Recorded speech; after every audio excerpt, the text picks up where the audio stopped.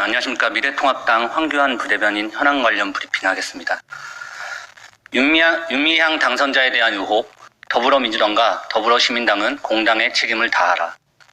오늘 한 언론 보도에 따르면 지난 2016년 정부가 위안부 할머니들에게 1억 원씩을 나눠주려고 하자 당시 정신대 문제 대책협의회 대표였던 더불어시민당 윤미향 당선자가 받지 못하도록 종용했다고 합니다.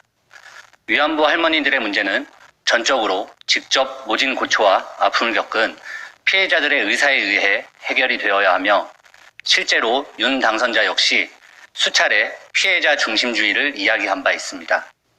또다시 윤 당선자의 이중적 태도와 거짓말, 자신의 영달을 위해 위안부 할머니들의 아픔마저 이용했다는 의혹이 제기될 수밖에 없는 상황입니다.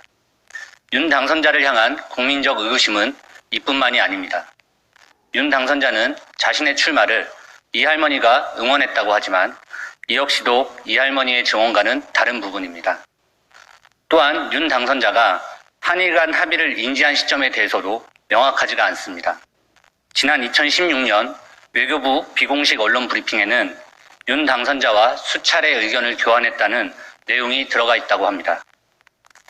당초 제기된 후원금의 내역과 사용처 등은 물론이거니와 모두가 명확한 진실규명이 필요한 부분입니다.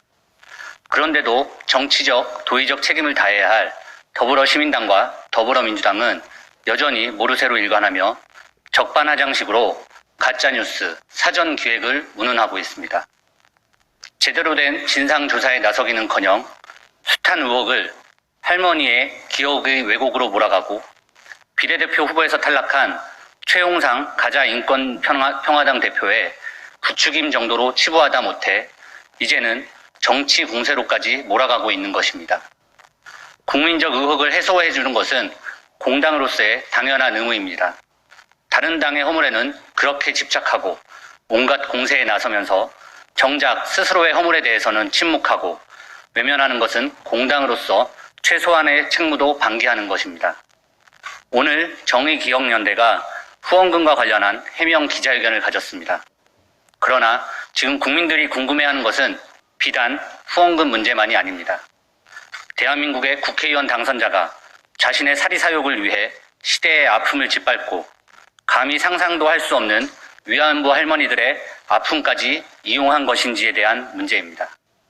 더불어시민당과 더불어민주당은 정치 공세로 왜곡할 것이 아니라 하루속히 진상조사에 나서기를 촉구합니다. 명확한 사실관계를 밝히고 책임질 일이 있다면 그에 따른 책임을 다하면 될 일입니다. 2020년 5월 11일 미래통합당 부대변인 황규환입니다. 감사합니다.